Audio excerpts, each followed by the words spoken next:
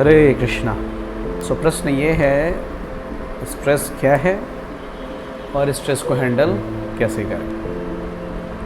बहुत ही साधारण शब्दों में अगर हम स्ट्रेस या डिप्रेशन को डिफ़ाइन करना चाहें तो देखिए, स्ट्रेस एक ऐसी अवस्था है जब आपकी आंतरिक स्थिति आपकी बाह्य स्थिति को हैंडल नहीं कर पाती।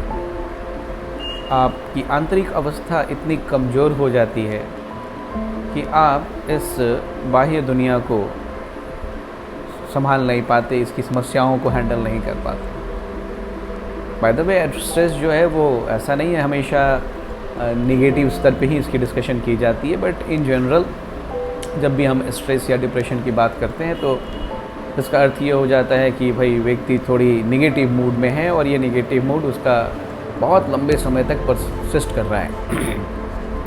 तो आप देखोगे ये कोई नई बीमारी नहीं है। Down the line 5000 years back इस चीज़ को हम देखते हैं। अर्जुन कृष्ण से कहते हैं, दृष्टुपम स्वजनम कृष्ण युयुत्सम समुपस्थितम छिदन्ति मम गात्राणि मुखम च परिशुष्यति। हे कृष्ण, मैं मेरे सामने जब मेरे परिवार के इन लोगों को एकत्रित हुए देखता हूँ जो मुझसे युद्ध करने के लिए आए हैं, तो इसको देख करके मेरा जो मुख है वो सूख रहा है, मेरे जो लिम्स हैं, मेरी जो बॉडी है वो काँप रही है। तो ये सिम्टम्स हैं, ये ओरिजिनल सिम्टम्स हैं स्ट्रेस के कि ये बाहर से कोई आपको डिस्टर्ब नहीं कर रहा है, किंतु आपने बाह्य स्थिति को इतनी ज़्यादा सीरियसली ले ली है कि वो अंदर ही अंदर आपको परेशान करता जाता है।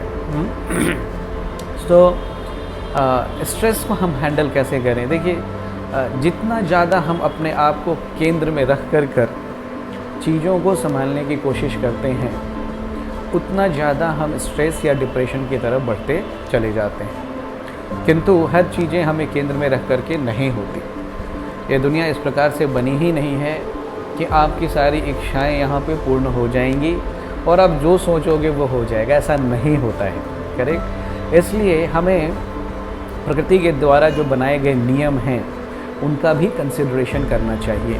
प्रकृति जो भगवान के अंदर, भगवान की अध्यक्षता में काम करती है, उसके अंदर में भगवान की अध्यक्षता में प्रकृति के बहुत से नियम हैं जो हर व्यक्ति के जीवन को वो एक गाइडलाइन और एक ब्लूप्रिंट क्रिएट करके देती हैं और उसके द्वारा एक स्क्रिप्ट बनता है। जिस प्रकार से डायरेक्टर अपना एक स्क्रिप्ट बनाता है और सारे एक्टर को उसी स्क्रिप्ट के ऊपर में काम करना पड़ता है, ठीक उसी प्रकार से अपने कर्मों के द्वारा व्यक्ति जो है वो एक सेट ऑफ डायलॉग्स, स्क्रिप्ट्स लेकर के इस जीवन के में आता है और उसे उस प्रकार से अपने जीवन को जीना पड़ेगा। तो इमीडिएट जो कारण होते हैं किसी चीज़ के होने के, किसी इफ़ेक्ट के, वो तो हम और आप एनालिसिस करके समझ सकते हैं, लेकिन उसके कुछ हद तक आप उसको सॉल्व भी कर सकते हैं, किंतु सब चीज़ तो आप सॉल्व नहीं कर पाते। लेकिन हर इमीडिएट कारण का उसका अपना एक रिमोट कारण होता है, जिसको टू ग्रेट एक्सटेंट बहुत से लोग मिस कर जाते हैं। अगर आपने उस रिमोट कारण को समझा और इमीडिएट कारण से उसकी कनेक्टिविटी बनाई और उसके हिसाब से आप किसी चीज़ को सॉल्व करने की कोशिश करेंगे तो बहुत हद तक आप डिप्रेशन और स्ट्रेस, इन समस्याओं से छुटकारा पा सकते हैं। किंतु अगर पूर्ण रूप से स्ट्रेस और डिप्रेशन जैसी भयावह बीमारियां जो आज के समय में हैं, इससे अगर आप छुटकारा पाना चाहते हो तो सबसे इम्पॉर्टेंट है किसी भी इफ़ेक्ट के अल्टीमेट कारण को समझना, अल्टीमेट रीजंस को समझना, और यहीं पर स्थिति आती है भगवान को समझने की। जब तक हम उस अल्टीमेट कारण को नहीं समझते हैं और जो डायरेक्टर है उस कारण का उसको नहीं समझते हैं, तब तक जो समस्याएं जीवन में आती रहती हैं उनको लेकर के हम बहुत ज़्यादा परेशान होते हैं, क्योंकि उन सब चीज़ों को हम अपने आप को केंद्र में रख करके सोचते हैं, उसको हमारे साथ कनेक्ट करके देखते हैं, राइट। और चूँकि हमारे अंदर एक भावना होती है किसी भी चीज़ को कंट्रोल करने की, जो यथार्थता में सत्य नहीं है। जैसे मान लो आपने कह दिया कि ये हावड़ा ब्रिज मैंने परचेज़ कर लिया है और ये मेरा है। सोचना बहुत अच्छा है, लेकिन इसमें कोई सच्चाई नहीं होती, क्योंकि आप कितना भी उसको परचेज कर लो खरीद करके, ये गवर्नमेंट का है और गवर्नमेंट ही इसके अंदर अपने अधिकार को चलाएगी। तो इसलिए अब इस चीज़ से लेकर के परेशान होने की आवश्यकता नहीं है कि अरे मैंने हावड़ा ब्रिज के लिए एक एग्रीमेंट साइन किया था, लेकिन ये लोग हावड़ा ब्रिज मुझे क्यों नहीं दे रहे, राइट। ठीक उसी प्रकार से हम सब लोगों के अपने जो कर्म हैं उसके हिसाब से जीवन चलती है।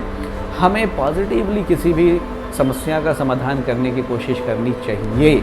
ऐसा नहीं है कि हम लेज़ी बने रहें और ऐसे ही बैठे रहें। हमें किसी भी समस्या का समाधान करने की भरपूर प्रयास करनी चाहिए, हर भरसक प्रयास करनी चाहिए, लेकिन ये समझना चाहिए कि हर समस्याओं की जो बाउंड्री है उसको आप छू नहीं सकते। तो एक लेवल तक आप उन समस्याओं को समाधान कर सकते हैं, लेकिन आपके बेस्ट ट्रायल के बाद भी अगर वो समस्याएं नहीं सुलझ रही हैं आपसे, तो उसको छोड़ देना चाहिए, वैसी स्थिति में रख देना चाहिए और आश्रय ले लेना चाहिए भगवान का। तो इसको कहते हैं हम लोग, हमें बिंदास रहना सीखना चाहिए। हरे कृष्णा।